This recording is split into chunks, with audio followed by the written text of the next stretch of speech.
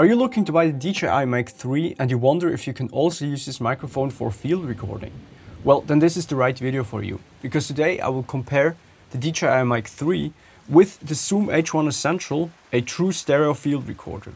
So I will show you real-world sound tests, latency measurements, as well as a self-noise comparison. Also, I will record my voice during this whole video with the DJI Mic 3, so you will get a sense of how it actually sounds like. The DJI Mic 3 is geared towards creators and it is great at capturing dialogue. The microphones are super tiny and they're very cleverly designed, so you can attach them everywhere with this clip on the back. You can also remove it and clip it somewhere with this magnet that I also have right now on my chest. The recording can actually be stored directly on the microphone itself, which I find really nice. And this is also the way that I'm recording my voice at the moment. But simultaneously, you can also send your signal to your receiver. So this is this thing right here. And from here, you then feed the signal into your camera or into your recorder and record it there.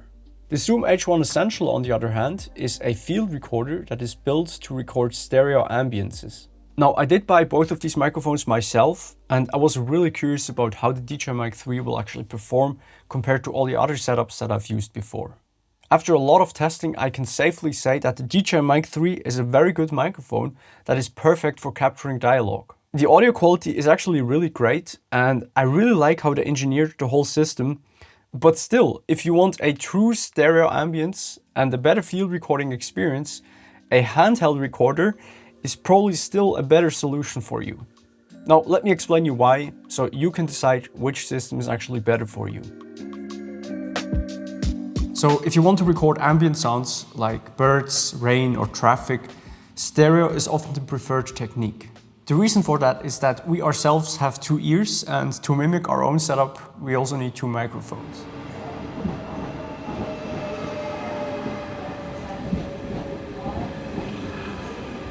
On the Zoom H1essential, for example, we have an XY capsule. And this is a great setup to locate sounds in the stereo spectrum, so we can clearly hear if something comes from the left or from the right.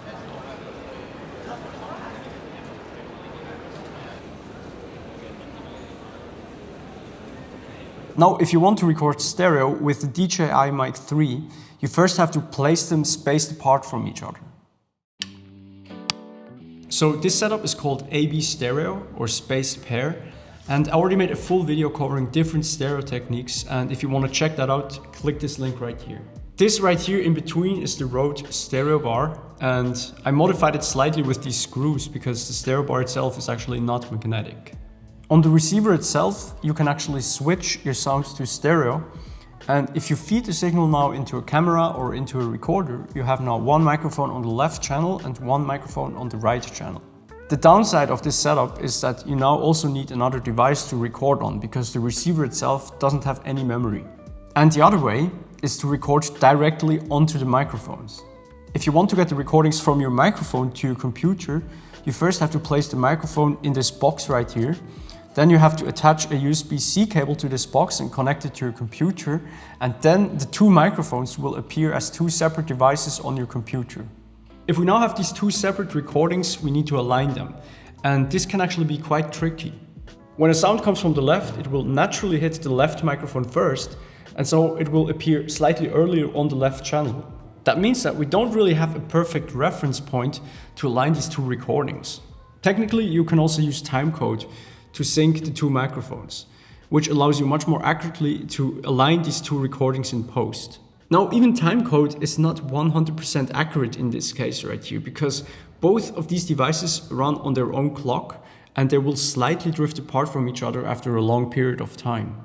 Of course, we're now talking about a very micro level here, but I think it is still important to consider this as a field recordist, because even a few milliseconds can actually shift your stereo image. Now, what's actually also really fun is that you can clip your microphones everywhere and just do kind of like stealth recording while you're walking around.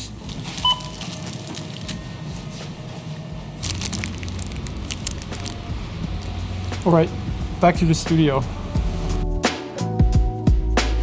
Now, while I record, I always monitor with my headphones.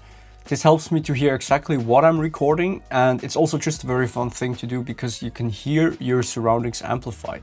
Now on the receiver of the DJI Mic 3, we have a headphone output to monitor exactly what our transmitters are recording. And the first thing that I noticed when I did this is the latency. So when I clap, I can hear the clap with a little delay on my headphones. So I thought to myself, I really have to test this to confirm my experience. So I now hooked up the headphone out as well as the line out of the receiver directly into my audio interface so that I can record it into my computer. And I also have this second microphone right here that I have plugged into my interface so that I can use this as a reference sound. And if I now clap, and now we put the recordings on top of each other, we can see that the latency is definitely real. So for the line out that would go into your camera, it is 21 milliseconds. And for the headphone out, we actually have 33 milliseconds. And that is definitely noticeable when you're monitoring with headphones. Now, of course, this is also partly because of the wireless transmission between the microphone and the receiver. And for a wireless lavalier microphone, this is actually quite normal and nothing to worry about. But for real-time monitoring, especially for field recording, it can feel slightly disconnected. In field recording, self-noise is a very important measure because if you have a very quiet recording and you boost the volume in post-production, you will also lift up the self-noise of the microphone and the recorder. I also conducted a small self-noise test where I recorded a beep and used that beep as a reference sound to adjust both of these recordings to the same volume. So now I was able to compare the self-noise of both of these microphones. Now this test was not done under any scientific circumstances, but it still revealed that the Zoom H1essential actually had noticeably more self-noise, at least in this test.